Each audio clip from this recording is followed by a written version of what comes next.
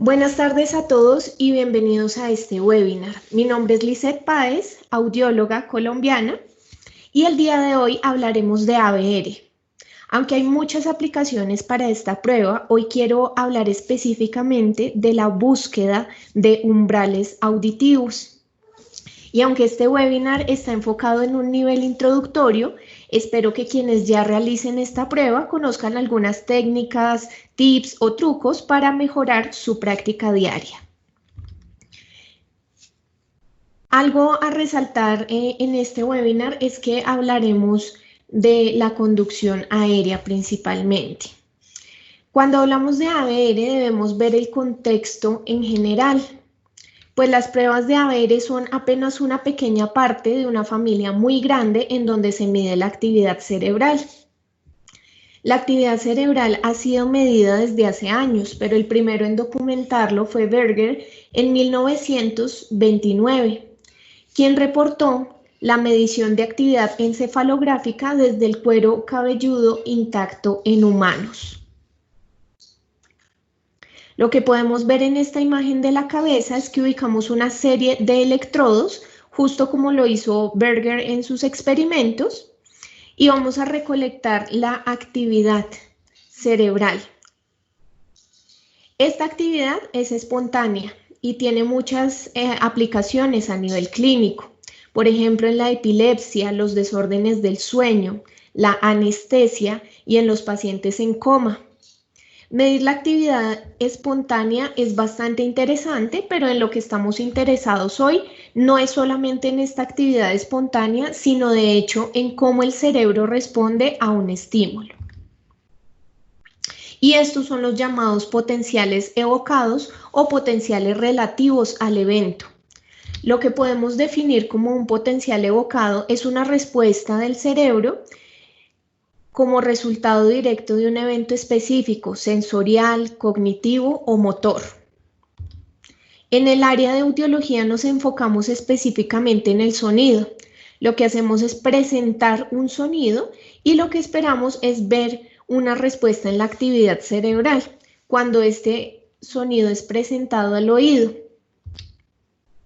Sin embargo, el problema que encontraron los primeros científicos al tratar de detectar esta respuesta es que no podían registrar estos cambios en el cerebro debido a que la actividad espontánea es dominante, mientras que la respuesta al sonido es muy pequeña.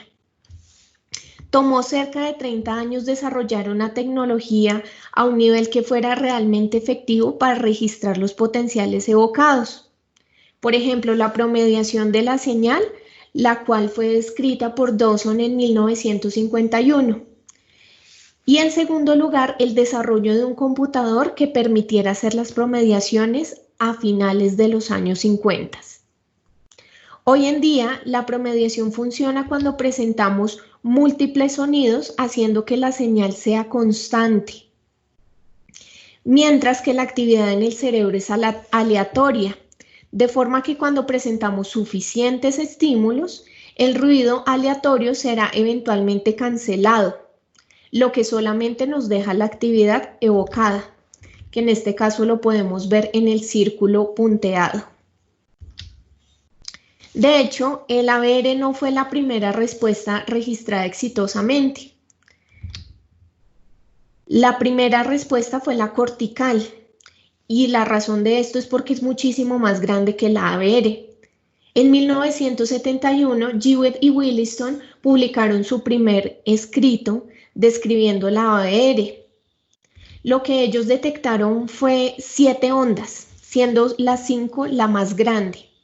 Lo que sucede hoy en día es que realmente no hablamos de las 6 y las 7 porque son demasiado variables y no tienen aplicaciones clínicas significativas. Sin embargo, la onda 5 es la más utilizada hoy en día y cuando hablamos de ABR de umbral, como en esta presentación, es en la onda en la que nos vamos a enfocar. Hablando de la generación de las formas de onda o de dónde vienen las ondas, mencionaré la fisiología detrás de la generación de las ondas de tronco encefálico o de tallo cerebral. Y hay que hacer un par de anotaciones en este punto. Primero, sabemos que las primeras ondas, las más tempranas, provienen de un componente de un potencial de acción del nervio auditivo. Sin embargo, más allá de esas ondas primarias, la neurofisiología de la respuesta se hace más compleja y es difícil precisar un generador. Por ejemplo, en un estudio realizado por Mercer y sus colegas en 1996, nos habla de la complejidad de esa respuesta. Pero más allá de centrarnos en esta parte compleja, el mensaje más importante es que las respuestas de tallo cerebral no se afectan por el sueño. Es por esto que son importantes en el registro de las respuestas en los bebés, porque las respuestas corticales, a diferencia de las de tallo cerebral, se demoran mucho más tiempo en madurar y se afectan con el sueño. Ahora, si pensamos en una prueba para evaluar la audición en adultos, pensamos en la audiometría tonal, que nos permite medir con precisión los umbrales auditivos. Sin embargo, en los bebés no existe una prueba comportamental que nos dé este nivel de confiabilidad. Por eso necesitamos la prueba de ABR, que nos va a dar información precisa de los umbrales del bebé mientras duerme. Ahora, enfocándonos en las aplicaciones del ABR, de lo que hablaremos hoy en día es en la evaluación de umbral. Sin embargo, hay aplicaciones más grandes para esta tecnología. Por ejemplo, con las formas de onda podemos medir la función neurológica del tallo cerebral o hasta el tronco encefálico, lo cual fue muy popular desde los años 90. Sin embargo, hoy nos vamos a enfocar solamente en la evaluación de umbrales. Entonces, ¿qué necesitamos para realizar unos ABR de umbral? Lo primero es el paciente y lo segundo es el estímulo. Como podemos ver en esta imagen, hay una serie de diferentes estímulos para elegir, como son los auriculares de inserción, los supraurales y un vibrador de vía ósea. De esto hablaremos un poco más adelante. Lo que llamamos estímulo es lo que se envía como señal y lo que vamos a recolectar como actividad cerebral. Para esto necesitamos unos electrodos que se pondrán en la piel del niño. Sin embargo, antes de hacer esto necesitamos preparar la piel para procurar un mejor contacto de estos electrodos. Una vez están puestos los electrodos, necesitamos conectar la caja preamplificadora para amplificar la señal y reducir el ruido. Y enseguida esto va hacia el eclipse, lo cual va a ser una promediación de la señal. Y finalmente vamos a ver una forma de onda en la pantalla. Este es el proceso. Vamos a hablar un poco más del paciente. Si vamos a hacer una primera evaluación con ABR, es necesario hacer una serie de pasos antes de que la cita empiece. Entonces empezamos por enviar una carta antes de la cita. En esta carta vamos a detallar lo que va a suceder. Imaginemos un padre trayendo a su hijo a la evaluación audiológica pensando que tiene una pérdida auditiva, lo cual pues va a ser bastante preocupante. Además, cuando llegue a la cita vamos a poner unos electrodos en la piel del niño, lo cual pues puede asustar incluso más tanto al niño como a su padre. Entonces, en esta carta vamos a dar cuánta información podamos para que la cita sea exitosa. En segundo lugar, es bastante valioso tener los registros médicos del paciente y toda la información que pueda ser útil en la historia clínica del usuario. Incluso si tenemos los resultados del tamizaje auditivo, esto nos puede guiar en la realización de la prueba. Si es un bebé el que vamos a evaluar, es bien importante que sea alimentado recientemente. Recuerden que el niño debe permanecer dormido y no queremos que se despierte porque está hambriento. Además, los niños tienden a tener el hábito de dormir inmediatamente después de recibir el alimento. Necesitamos también que tenga las prendas adecuadas para dormir, por lo que debe traer la vestimenta más suave, cómoda, para que pueda dormir tranquilamente. Por último, debemos asegurarnos de que el paciente no tenga aceites en su piel o lo que sería el maquillaje en el caso de los adultos, pues esto va a generar una barrera entre la piel y el electrodo, lo cual puede causar pobres impedancias, afectando la calidad de los resultados. Si le advertimos esto al paciente en la carta antes de la cita, gastaremos menos tiempo haciendo la limpieza de la piel para alcanzar un mejor contacto de los electrodos. En cuanto al ambiente de la prueba, existen diversos tipos de ruido que pueden afectar el registro. Lo podemos dividir en 3. El primero es el ruido del paciente y este corresponde a la actividad. Por esta razón necesitamos que el paciente esté relajado, dormido preferiblemente, porque esta actividad puede contaminar los resultados y filtrar demasiado ruido en el registro. Entonces vamos a crear un ambiente que sea amigable, tener una cama, una sábana, una almohada, que la habitación en sí tenga una decoración amigable, de manera que no se vea agresiva o que provoque ansiedad o miedo. Todo lo que permita la relajación.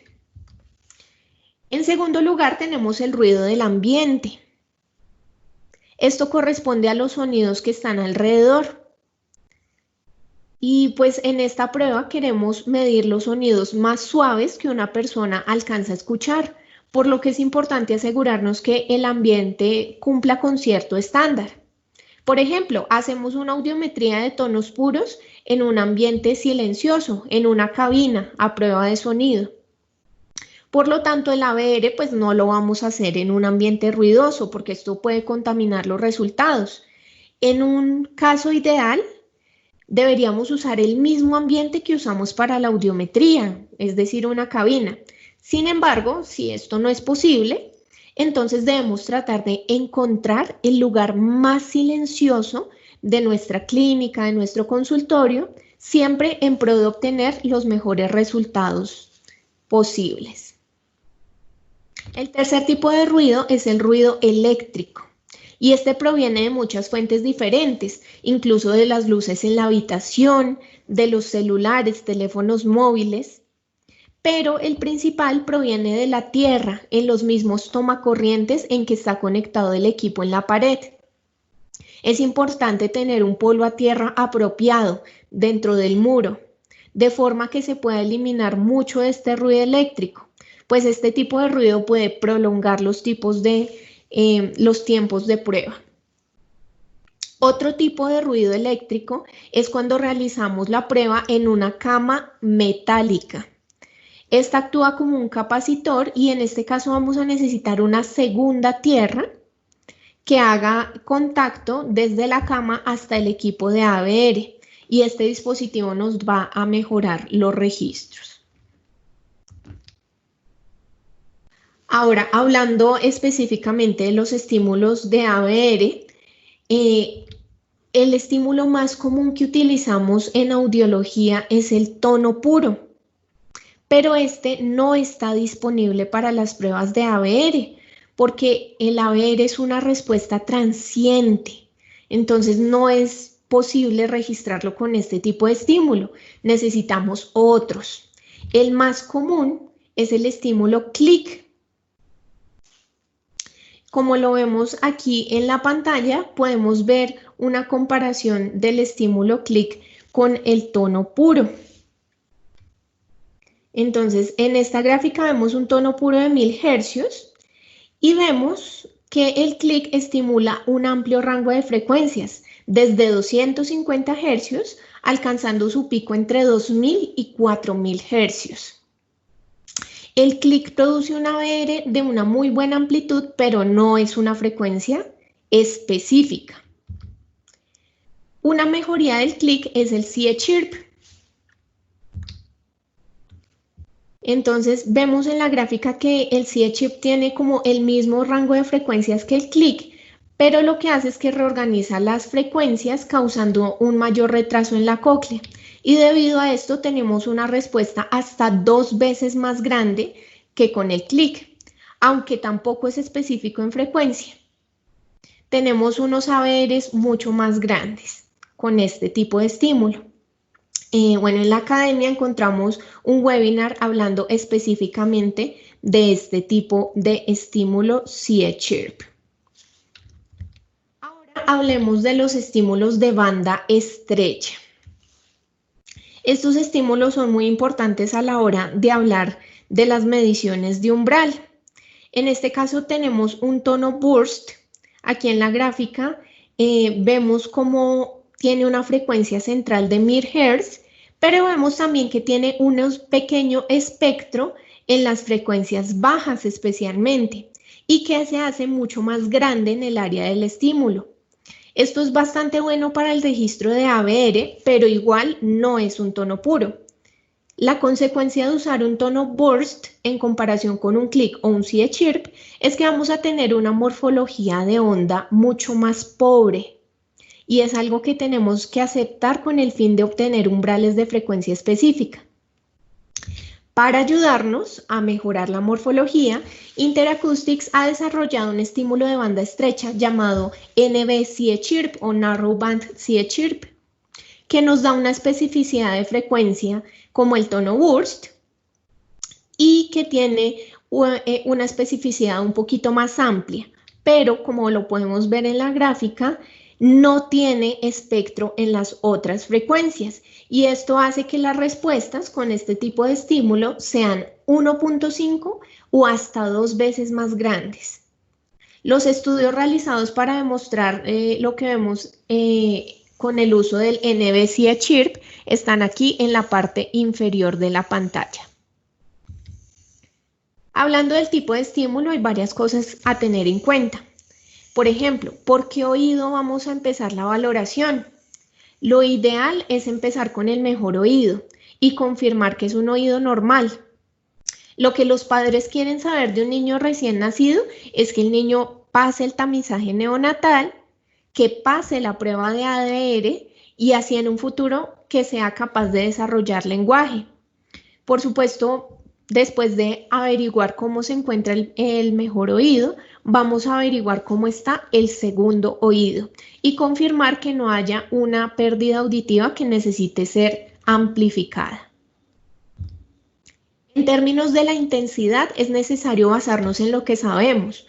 Muchos niños que son referidos del tamizaje neonatal probablemente van a tener una ABR normal, por lo que no queremos empezar con una intensidad muy fuerte. Es bueno empezar a unos 40 decibeles por encima del umbral esperado. Los protocolos de tamizaje neonatal del Reino Unido nos sugieren obtener respuestas claras en 3 intensidades. Primero, arriba del umbral, en el umbral y por debajo del umbral, y hacerlo en los pasos más pequeños que podamos.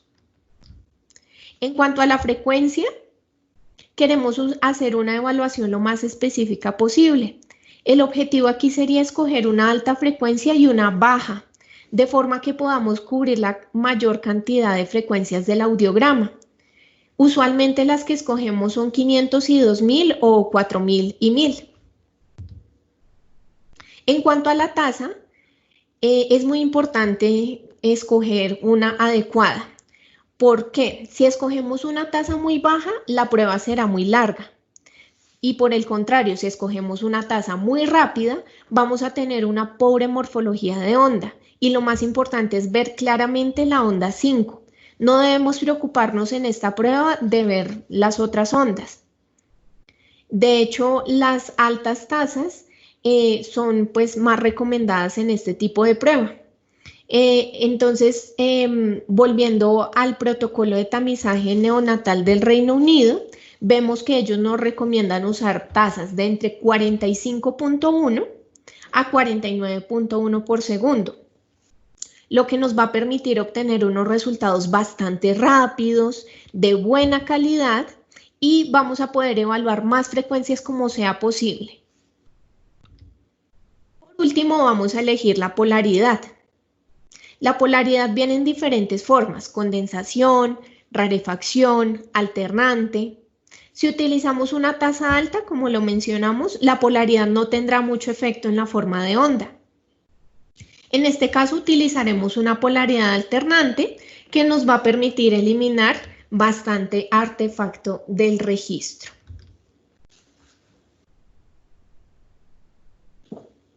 También podemos elegir un transductor, entonces podemos elegir auriculares de inserción o auriculares supraorales, que vemos en la actualidad una gran cantidad de personas utilizando los auriculares de inserción por una serie de razones.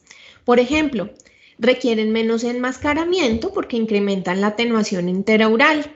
También reducen el artefacto del estímulo y por último son mucho más fáciles de colocar.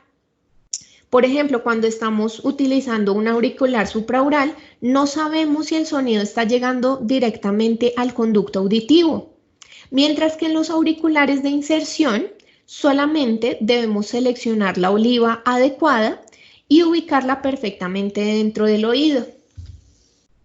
Si estamos hablando de conducción ósea, igual tenemos dos opciones, el B71 y el B81. En este caso el B81 es una versión más actualizada que nos proporciona menos distorsión, podemos estimular intensidades más altas y además es mucho más robusto. Y ya que hablamos de los transductores y los estímulos, ahora vamos a pasar a la parte de los electrodos. ¿Cómo los vamos a ubicar en la cabeza? Solamente para dar un contexto del montaje de los electrodos en los potenciales evocados, diremos que funcionan porque hay una relación entre dos electrodos. Entonces, un electrodo es ubicado típicamente en una zona de alta actividad, mientras que el segundo electrodo se ubica en un área de baja actividad. Y lo que vamos a medir es la diferencia en señal entre estos dos electrodos. Entonces, usualmente en el ABR no vamos a usar 2, sino 3 o 4 electrodos. Un electrodo va a ser el activo o positivo, que es el que va a registrar la alta actividad y se va a encontrar ubicado en el vértex. En segundo lugar vamos a tener el electrodo de referencia, que se va a ubicar en la mastoides derecha o izquierda y va a ser negativo y va a ser el punto de baja actividad. Y por último vamos a tener el tercer electrodo, que es el tierra, cuyo objetivo es reducir el ruido. En el caso de los ABR, los electrodos de referencia van a recoger la actividad de las ondas 1 y 2. Cuando utilizamos 4 electrodos, tenemos un electrodo activo que se va a ubicar de igual manera en el vértex, 2 electrodos de referencia que se ubican en las mastoides derecha e izquierda, que corresponden en las áreas de baja actividad. La razón por la que tenemos 2 electrodos de referencia es que podemos preparar al paciente una sola vez y realizar la prueba en los 2 oídos sin necesidad de moverlo o molestar al paciente durante la prueba. Por último, tenemos el electrodo tierra, que puede estar ubicado en la frente baja o en la mejilla y cuyo objetivo es reducir el ruido. Como lo mencioné anteriormente, antes de poner los electrodos en la piel, necesitamos una preparación. Para asegurarnos de que la piel tenga el mejor contacto posible con el electrodo, vamos a utilizar un gel de preparación. También vamos a utilizar unos hisopos de algodón o gasa para limpiar el área donde pondremos el electrodo. Es importante que no limpiemos toda la cabeza del paciente, solamente el área del tamaño donde se va a ubicar el electrodo, que es un área pues realmente pequeña. Y vamos a necesitar asimismo una cantidad muy reducida de gel. Incluso debemos limpiar el gel de preparación posteriormente. Una vez realizada la limpieza, vamos a ubicar los electrodos. Primero el negro, que vamos a ubicarlo en la frente baja. Pero si es un niño que tiene pues una frente bastante pequeña, lo podemos mover hacia la mejilla. Esto lo estamos usando pues en muchas clínicas. Después vamos a ubicar el electrodo izquierdo, que puede ir en el óvulo o en la mastoides, dependiendo cómo lo prefieran. Y pues asimismo el electrodo rojo, que corresponde al oído derecho. Y por último el blanco, que se va a ubicar en la frente alta o en el vértex. Por último, se recomienda tener los cables enlazados porque esto puede reducir el ruido entre los diferentes lugares donde se ubican los electrodos. Y vamos a medir las impedancias en el preamplificador. En el caso de un buen contacto con la piel, las impedancias deben ser menores a 5. Sin embargo, es mucho más importante que las impedancias entre todos los puntos sean balanceadas. Eso significa que es mejor, por ejemplo, tener todas las impedancias en 4 que tener una en 1.5, la otra en 3, la otra en 5. Si tenemos un desbalance de las impedancias, es preferible retirar el electrodo de nuevo, limpiar y ver si logramos pues alcanzar este balance. Otro punto importante es separar los electrodos de los transductores. Entonces, lo que hacemos es poner los transductores hacia arriba de la cabeza del paciente, mientras que el amplificador va al frente del paciente, como hacia el pecho. Y así eliminamos el artefacto, evitando que estos dos se crucen. Ya estando listos para hacer una medición, vamos a seleccionar un estímulo. Entonces, empezamos, por ejemplo, con un estímulo de 40 decibeles. Y vamos a ver qué es lo que hay detrás de la medición de ABR. Y la primera tecnología que vamos a explicar es el rechazo del artefacto, que es una técnica para eliminar altos niveles de actividad encefalográfica que puedan contaminar el registro. Por ejemplo, las guías del programa de tamizaje neonatal del Reino Unido nos recomiendan que utilicemos realmente este rechazo de artefacto. Vemos que si el rechazo empieza, por ejemplo, en 10 microvoltios, va a permitir el paso tanto de la señal como del ruido. Sin embargo, si reducimos este nivel a 3 microvoltios, es un nivel de rechazo mucho más estricto al que la señal puede ser filtrada. Los beneficios de situar un nivel de rechazo mucho más estricto es que vamos a tener respuestas más limpias y esto nos va a tomar pues un poco más de tiempo de prueba. Pero si incrementamos el nivel de rechazo vamos a permitir mucho más ruido en el registro, pero los tiempos van a ser mucho más rápidos. La terminología relacionada con el rechazo también se relaciona con la ponderación bayesiana. Para entender la ponderación bayesiana debemos entender primero la promediación tradicional.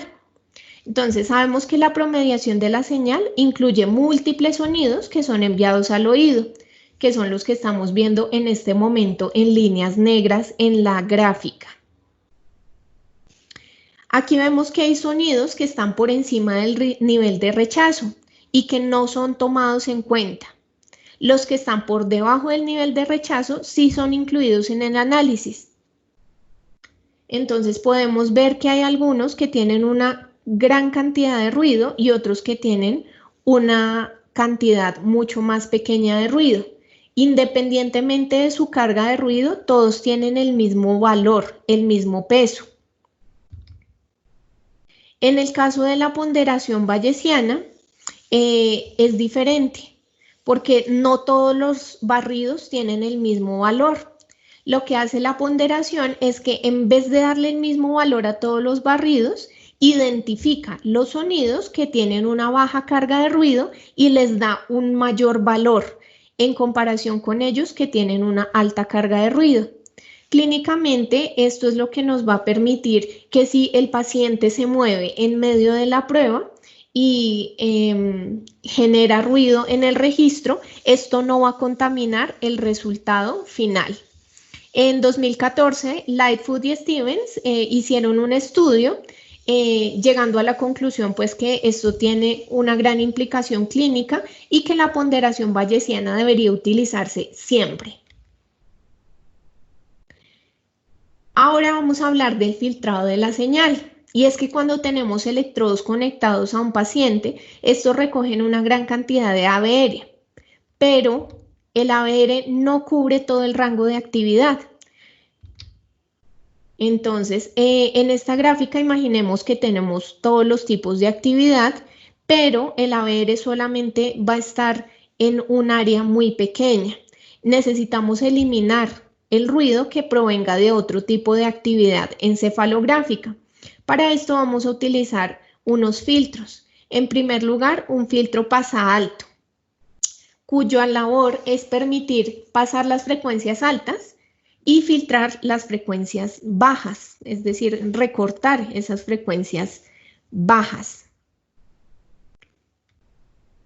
Y por otro lado tenemos un filtro pasa bajo que hace todo lo contrario. Entonces permite pasar algunas frecuencias bajas y recorta las frecuencias altas. Sin embargo, pues digamos que existe como una ventana entre estos dos, que es donde va a registrarse la actividad de ABR, y esta se llama la ventana de aceptación. Podemos hacer estos filtros mucho más fuertes, pero si lo hacemos, vemos que empezaríamos a eliminar información importante de la señal de nuestros registros, y eso es algo que no queremos. Entonces, de nuevo, vamos a ver las recomendaciones de las guías del Reino Unido, donde se sugiere tener un filtro pasa alto de 30 Hz y un filtro pasa bajo de 1500. Entonces sugerimos apegarnos a estos valores. Bueno, en esta sección vamos a hablar de cuándo detener la prueba y cómo hacer interpretaciones de las formas de onda.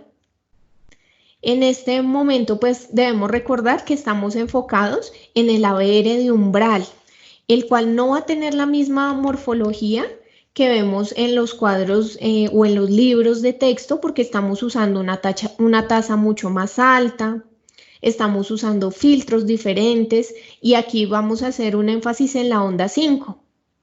Entonces, bueno, la pregunta principal en esta sección es ¿cuándo terminar un registro? Entonces, lo que podemos ver en pantalla es una onda 5 con una sombra de color verde. Y aquí es donde vamos a ver dónde continuar una prueba o dónde decidimos detener, dar por finalizada una prueba. Entonces vemos que la morfología de esta curva señalada con la curva verde es diferente a la que está en la esquina de color rojo. Por lo que les comentaba, no es como una morfología del libro de texto porque estamos usando parámetros diferentes. De nuevo, en las guías del Reino Unido nos recomiendan un número de promediaciones por onda aceptadas, dependiendo de dos factores. El primero es el tamaño de la respuesta y el segundo, el nivel de actividad de fondo. Esto significa que estamos buscando un nivel de señal ruido, en donde la señal sea por lo menos 3 veces más grande que el ruido. Sin embargo, viendo solamente la onda, no podemos saber cuánto ruido hay en el registro, por lo que tenemos diferentes enfoques para saberlo. El primero, o más tradicional, es establecer un número de 2000 barridos, lo cual en teoría es suficiente para saber si hay un ABR presente, pero vemos por qué esto no puede ser siempre efectivo. Por ejemplo, si tenemos 2000 promediaciones en un paciente que se está moviendo todo el tiempo, es muy diferente a tener las 2000 promediaciones en un paciente que está profundamente dormido. En este caso, el Eclipse de Interacoustics tiene tecnologías que nos van a ayudar a definir más específicamente estos niveles de ruido.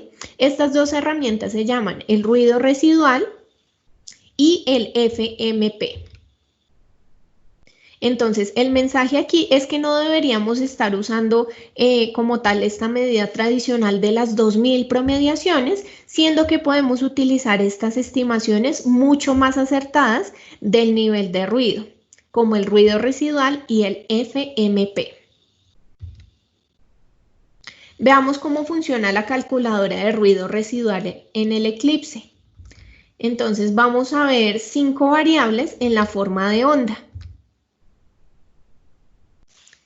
Si imaginamos cómo ingresa el sonido, la onda va a ser muy grande al principio porque hay una gran cantidad de ruido residual, pero a medida que vamos avanzando en la prueba, ese ruido se va reduciendo y la variabilidad también se reduce, por lo que estimamos que hay una menor cantidad de ruido y podemos detener la prueba.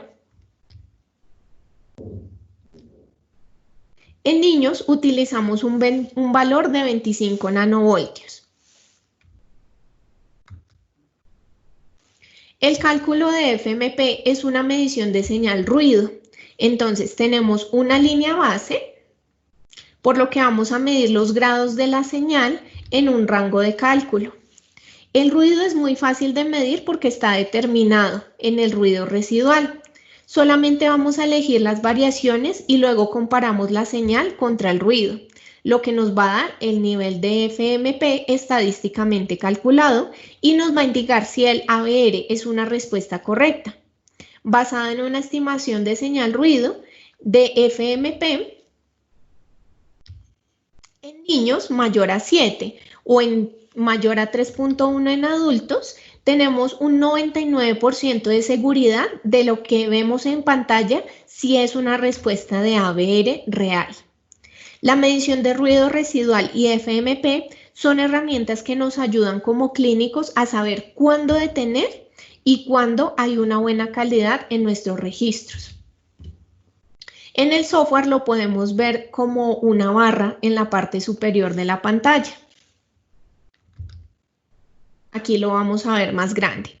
Entonces tenemos en la parte izquierda el letrero, la etiqueta que dice FMP y en la parte derecha la parte que dice ruido residual. Entonces vamos a empezar con el ruido residual. Vemos que hay una escala en nanovoltios, desde 200 nanovoltios, que es el nivel más alto de ruido residual, hasta 40 nanovoltios, el cual va a ser el nivel aceptable de ruido residual. Entonces, lo que sucede al principio de la prueba es que el ruido residual es alto y a medida que vamos haciendo las promediaciones, este ruido va disminuyendo y vamos a saber cuándo terminar la prueba cuando alcancemos los valores vistos en la diapositiva anterior. Por otro lado, el FMP es un cálculo de señal ruido. Entonces, si el ruido es alto, esperamos que el FMP empiece desde abajo y con las promediaciones esté aumentando hasta alcanzar un ABR presente. Con estos dos parámetros sabemos cuándo detener la prueba en el caso en que tengamos un FMP alto y un ruido residual bajo. Y lo que esperamos ver en la pantalla pues será una respuesta muy clara de ABR. En este caso sabremos que está presente y que tiene una buena calidad, por lo tanto podremos detener la prueba.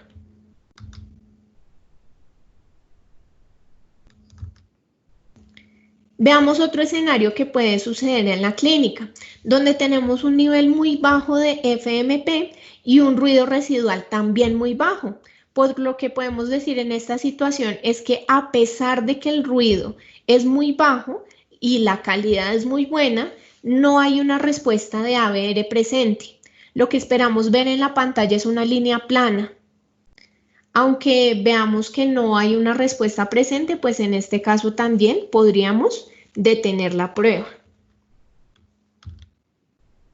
Otro escenario que podemos ver es que tengamos un nivel muy bajo de FMP y un ruido residual bastante alto. Entonces, lo que veremos en la pantalla en ese caso es un registro ruidoso que realmente pues no luce como un ABR. En este caso, realmente no sabemos si está presente o ausente, por lo que aquí la recomendación es continuar la prueba, pues está con una calidad bastante mala. En este caso, lo que buscaremos al continuar con la estimulación es reducir el ruido residual e incrementar el FMP para ver si encontramos una respuesta. O dado el caso también que se reduzca el ruido residual y el FMP continúe siendo bajo para determinar que definitivamente la respuesta está ausente. En este otro caso vemos un FMP alto, pero también un ruido residual bastante alto. En este caso tenemos un 99% de confianza de que lo que está presente en la pantalla es real, pero la verdad el resultado no es de muy buena calidad, porque pues hay demasiado ruido residual y aquí es donde el audiólogo entra con su experticia profesional y da su propia interpretación. Bueno, entonces vemos que antes de hacer una interpretación de la forma de onda, es necesario hacernos varias preguntas. Aquí estamos viendo en la pantalla un registro a 40 decibeles NHL y tenemos que decidir si esto es normal o anormal. Entonces, para responder a esta pregunta nos vamos a hacer 3 preguntas adicionales. La primera de ellas, ¿esto es repetible? Segundo, ¿esto luce como un ABR? Y en tercer lugar, ¿cuál es la relación entre la señal y el ruido? Entonces, primero, vamos a ver y sentir, mirar y sentir. Entonces, ¿esto tiene una morfología de onda 5? Sí, efectivamente la tiene. Vamos a ver la latencia. ¿Es esta una latencia correcta para la edad? Entonces, en el Eclipse tenemos datos normativos para diferentes edades. Esto nos puede ayudar como guía para definir si es una onda 5 o no. Y por último, la amplitud, que normalmente debe tener un tamaño por lo menos de 0.1 nanovoltios. Entonces, esta onda que estamos viendo en pantalla cumple efectivamente con los parámetros de morfología, latencia y amplitud. Entonces, se encuentra dentro del rango de lo que estamos esperando.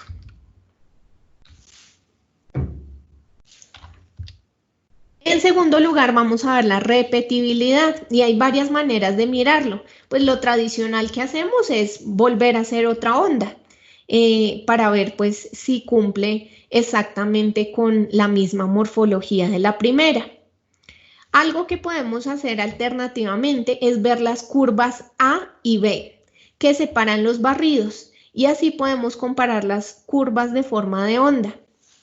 En este caso en pantalla estamos viendo una curva adquirida con un estímulo clic. En las curvas A y B se va a separar la rarefacción y la condensación.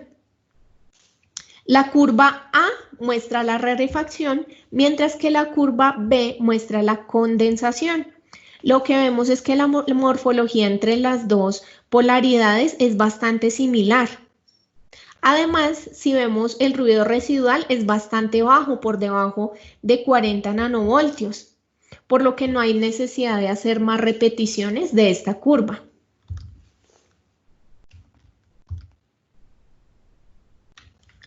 Ahora vamos a ver la relación señal-ruido. Entonces, también aquí podemos ver que el Eclipse hace una estimación usando el FMP y el ruido residual. En este caso, el registro que estamos viendo en pantalla corresponde a un adulto y el FMP es mayor a 3.1, lo cual se considera normal en adultos. Asimismo, el ruido residual es menor a 40 nanovoltios, entonces de nuevo tenemos un criterio de normalidad y pues podemos ver una respuesta real de ABR. De nuevo, refiriéndonos al programa de tamizaje auditivo neonatal del Reino Unido, nos dice que debemos clasificar cada forma de onda en una de 3 categorías. Cuando obtenemos una respuesta clara, entonces vamos a utilizar la sigla CR. RA para una respuesta ausente e INC cuando tenemos una respuesta inconclusa. Entonces vamos a ver la definición para cada una de estas. Para obtener una respuesta clara, es decir, CR, debe haber un alto grado de correlación entre las réplicas y las formas de onda, mostrando las características esperadas de amplitud, latencia y morfología. En la segunda parte del párrafo nos habla de que la amplitud de la respuesta debe ser por lo menos de 40 nanovoltios y que debe ser por lo menos 3 veces más grande que el nivel de ruido de fondo. Esto es lo que venimos hablando con el FMP.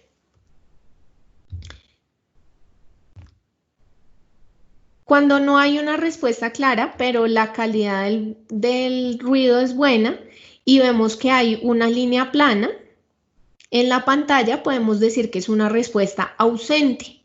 Y aquí vemos que nuevamente utilizamos uno de los valores que veníamos hablando, que es el de 25 nanovoltios. Y por último, si no hay una respuesta clara, debe ser marcada como inconclusa. Y en este punto es donde debemos decidir si continuamos con las promediaciones o si se hace un mejor trazo para mejorar el ruido residual. Como les comentaba, el objetivo de este webinar es definir el umbral, pero durante este proceso vamos a necesitar ciertas habilidades para saber qué hacer. Entonces vamos a saber cuál es el protocolo para determinar el umbral, teniendo en cuenta dos parámetros, velocidad versus precisión. Entonces vamos a ver que no perderemos el tiempo haciendo estimulaciones con sonidos demasiado altos. Lo usual es iniciar con estímulos 40 decibeles por encima del umbral esperado. Y sabemos que de acuerdo a los criterios del protocolo del Reino Unido hay un gold estándar para realizar las respuestas. Una respuesta clara por encima del umbral o supraumbral, la otra respuesta a umbral y por último debemos tener una respuesta ausente por debajo del umbral. Esto para demostrar que es un umbral auditivo real.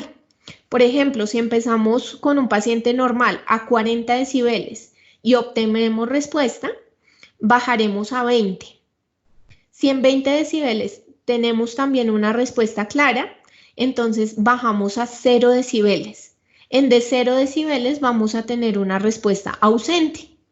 Esto nos demuestra que tenemos una respuesta clara encima del umbral, en el umbral y por debajo del umbral.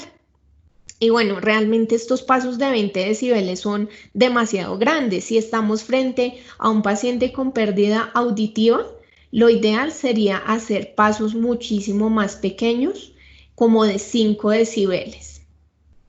Entonces, lo importante es que si encontremos el nivel donde el paciente tiene un rango de audición suficientemente bueno para desarrollar habla y lenguaje en un futuro. Entonces vamos a ver aquí un ejemplo. Empezamos a 40 decibeles, obtenemos una buena onda 5, una buena respuesta. Vamos a la estimulación de 20 decibeles, de nuevo hay una onda 5 presente y disminuimos hasta 0 decibeles en donde la respuesta es ausente. En el caso del oído izquierdo hicimos una estimulación adicional a 10 decibeles y aquí nos preguntamos si realmente eso era necesario. Si ya sabemos que el paciente tiene una audición suficiente para desarrollar habla y lenguaje, entonces pues realmente esta medición de 10 decibeles en este caso no es estrictamente necesaria.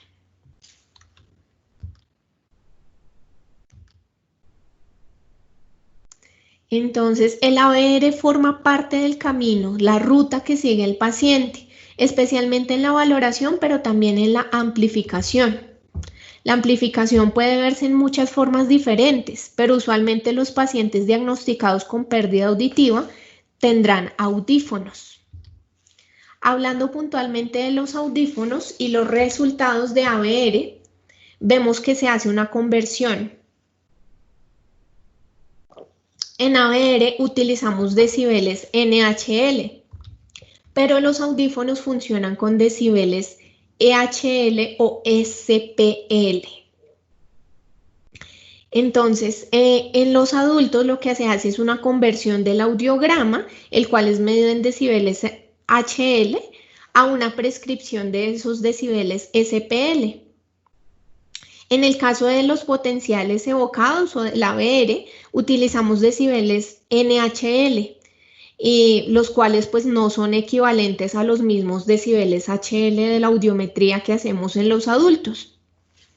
En el pasado teníamos que hacer un factor de corrección al momento de hacer la programación de los audífonos, pero hoy en día es muchísimo más sencillo porque algunos audiólogos del Reino Unido desarrollaron esta tabla y es una calculadora de Excel que es muy accesible. Solamente necesitamos ir al sitio web que está escrito aquí en la parte inferior de la pantalla y descargar esta calculadora donde vamos a introducir los valores que obtuvimos en la valoración con ABR y esto nos va a generar una conversión automática. Entonces es una herramienta bastante fácil de usar y que nos puede ser de mucha ayuda en la adaptación protésica. Bueno, recuerden que en la academia hay muchísimos más webinars relacionados con el tema y pues esperemos que los visiten. Hay unos mucho más específicos hablando de enmascaramiento, que fue un tema que no tratamos en este momento, y pues un poco más profundizando en el ruido residual y el FMP. Entonces recuerden visitar la academia para ver mucho más material relacionado con este tema.